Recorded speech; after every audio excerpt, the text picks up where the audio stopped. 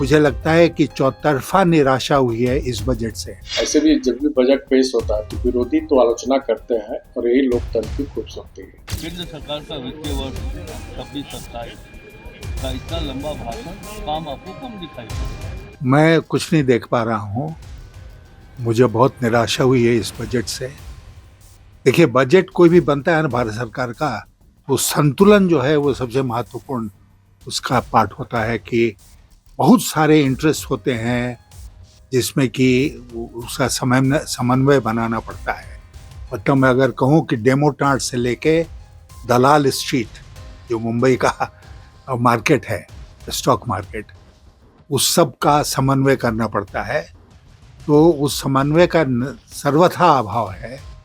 मुझे बहुत निराशा हुई कि मैं यहाँ बैठा हूँ पहली बार अपने करियर में, मैं अपने क्षेत्र में बैठा हूँ बजट के दिन, और यहाँ से मैं देख रहा हूँ कि कृषि के लिए क्या किया गया इस बजट में। सिंचाई का जिक्र किया गया नहीं, गोडाउन का जिक्र किया गया नहीं, ग्रामीण सड़कों का जिक्र किया गया नहीं, कृषि से जो मुख्य किसी को, किसान को जो एडवाइस मिलना चाहिए, एक्सपर्ट एडवाइस, उसका जिक्र किया गया नहीं। तो इसलिए पूरी तरह से कृषि में केवल उसको थोड़ा बहुत इधर उधर मेंशन किया गया है, लेकिन जो मुख्य बातें होती हैं उसका कोई जिक्र नहीं किया गया है। उससे मुझे घोर निराशा हुई है। दूसरी बात कि ये ऑपरेशन सिंदूर के बाद पहली बार का बजट है ना, तो डिफेंस के ऊपर क्या खर्चा होगा, जीडीपी का कितना पार्ट होगा और कैसे हम उसको मजबूत करेंगे, उसके बारे में क्या कहा वित्त मंत्री जी ने? कुछ नहीं कहा। तो ये दूसरी कमी मैं महसूस कर रहा हूँ। तीसरा जो है वो ये है कि फिर आप किसके लिए बजट बना रहे हैं? क्या स्टॉक मार्केट के लिए बजट बना रहे हैं? तो स्टॉक मार्केट तो ऐसा क्रैश कर गया जिसमें समझता हूँ कि बिल्कुल अनप्रेसिडेंटेड है। तो इसलिए मुझे लगता है कि चौतरफा निराशा हुई है इस बजट से। ट्रम्प साहब ने 50% टैरिफ, पूरी अंतर्राष्ट्रीय व्यवस्था बिखरी हुई है, उसके बारे में क्या जिक्र किया वित्त मंत्री जी ने कि हम कैसे उसका मुकाबला करेंगे? नहीं। तो कहीं पर कोई पॉजिटिव बात हमको इस बजट में दिखी नहीं रही है। अब बहुत अफसोस के साथ मैं इस बात को कह रहा हूँ पूर्व वित्त मंत्री के रूप में कि चाहे विदेशी सेक्टर हो, चाहे अपने देश का कृषि का सेक्टर हो, चाहे स्टॉक मार्केट का सेक्टर हो, कहीं पर भी कोई पॉजिटिविटी हमको नजर नहीं है।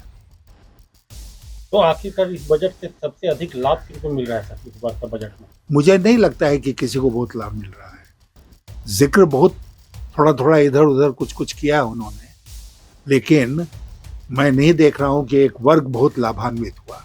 अब महंगाई की समस्या है, इस बजट से क्या महंगाई कम होगी? नहीं।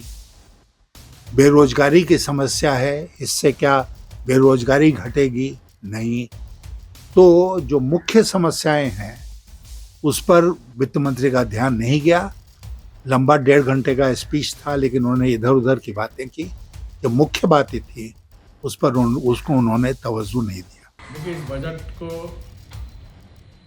अगर चंद शब्दों में कहूँ तो यह लोक कल्याणकारी और देश को विकसित भारत बनाने के लिए दूरदर्शी समर्पित बजट है। इस बजट में गांव, गरीब, नौजवान, किसान, दलित, आदिवासी, नारी शक्ति, पिछड़ा वर्ग के साथ साथ मध्यम वर्ग और अत्यंत मध्यम वर्ग को सशक्त बनाने वाला बजट है। इस बजट के लिए माननीय प्रधानमंत्री आदरणीय मोदी जी के साथ साथ भारत सरकार के केंद्रीय वित्त मंत्री श्रीमती सीतारमन्ना जी को झारखंड की 4 करोड़ जनता की ओर से हार्दिक बधाई। सर, इस बजट को जो देखा गया है वो 47 को देखते हुए बनाया गया, इसको किस तरह से एक्सप्लेन? जो विकसित भारत का जो संकल्प है, यानी 25 वर्ष बाद जब हम देश की 100वीं आज़ादी की जयंती मनाएं, तो एक विकसित भारत का सपना जो हमारे स्वतंत्रता सेनानियों ने देखा था, उस सपना को पूरा करने का है। ये जो निरंतर आदरणीय मोदी जी के नेतृत्व में जो 11 वर्षों से जो बजट पेश हो रहा, तो विकसित भारत 100 वर्ष के आज़ादी की ओर ही बढ़ता हुआ एक कदम है।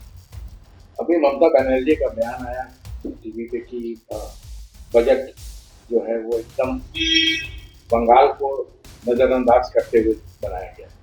ये देश का बजट बनता है वो 1 अरब 40 करोड़ की जनता को हित को ध्यान में रखकर बनता है। और ऐसे भी जब भी बजट पेश होता है तो विरोधी तो आलोचना करते हैं, और यही लोकतंत्र की खूबसूरती है। जब कोई भी और किसी भी परिक्षेत्र में कोई लंबी बात करे, अधिक समय तक बात करे, तो समझिए कि काम कुछ नहीं हुआ। जैसा कि आपने कहा कि लंबा भाषण हुआ है, तो ये समझिए कि केंद्र सरकार का वित्तीय वर्ष 26-27 का इतना लंबा भाषण काम आपको कम दिखाई पड़ेगा। आप 25-26 के ही उनके वित्तीय भाषण की समीक्षा कर लीजिए, कितना अनुपालन हुआ।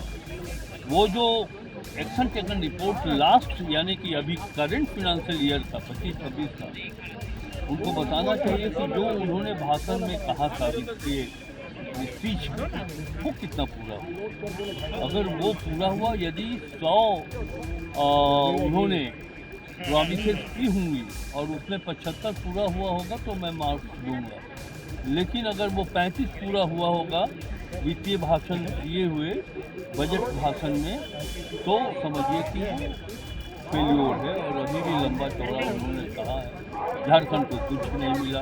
1,36,000 करोड़ रुपया की हम उम्मीद कर रहे थे, वो देने की घोषणा नहीं की गई। मनरेगा में जो हमारा वित्तीय बोझ पड़ेगा उसको देने की घोषणा नहीं की गई। जीएसटी का जो लॉस हो रहा है 4,000 करोड़ रुपया, उसको देने की घोषणा नहीं की गई। तो ये सब मिला करके मैं ये कहूँगा कि जो संघीय ढांचा है इस देश का, तो उनके इस बजट से ऐसा प्रतीत होता है कि झारखंड के प्रति उनकी निगाहें कम है और नहीं के बराबर। प्रभातखबर.com, विश्वास वही, रफ्तार नहीं।